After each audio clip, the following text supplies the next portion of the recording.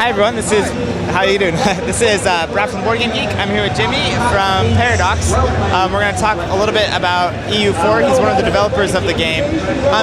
Before we start, could you just give me a quick rundown about what EU4 is? Yeah, sure. I mean, EU4 is a game that you can play any nation in the whole world, like being a colonial nation or a trade empire or kind of that stuff. And in World of Nations, our latest expansion, we're focusing a lot of trade. So we are adding a lot of features to make sure that you can build this gigantic trade network all over the globe if you want to.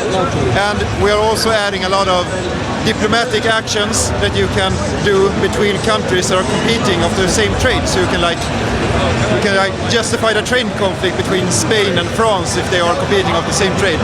So all of this stuff will make the gameplay more dynamic and adding more war, of course, because wars is fun in Universalis, and a lot of trade focus, of course, because trade, we have a completely new trade system in EU4 compared to EU3. And during the time that we developed EU4, we came up with all of these ideas that didn't really fit into the vanilla game. So now it's time for this expansion to add all the things we wanted to add to a trade system, but we didn't have the time to do from the beginning.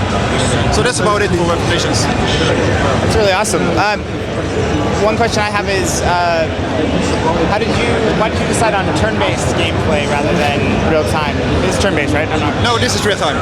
Yeah, it's real-time. You have 5 different levels of speed, and you can also pause the game. So if your country is in a low and don't do that much stuff, you can speed it up and let the time go. But if you're in a war or in some really hard diplomatic decisions, you can pause the game and really think about it. So yeah, in multiplayer it's real time all the time though. So you can play as almost any nation on the globe at the time?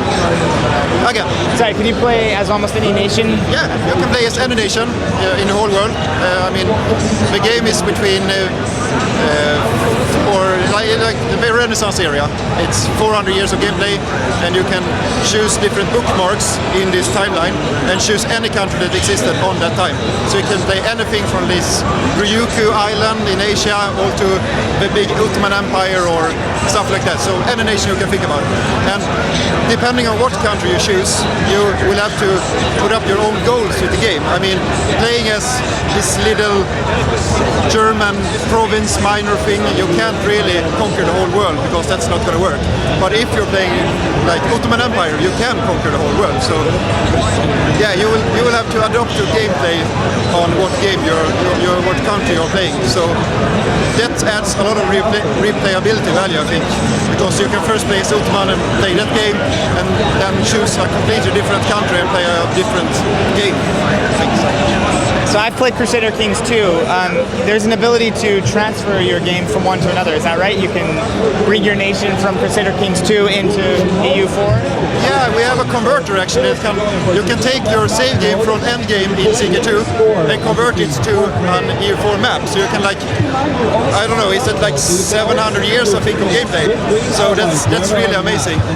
So you can take all the religions and cultures, I think, and countries, and all that stuff you had in Seeker 2, it will be converted to EU4, and you have another 400 years of gameplay. That's super awesome. That's awesome. Well, we'll definitely have to check it out. It looks like a really great fit for strategy gamers and board gamers. We love really history-based things, so thank you so much.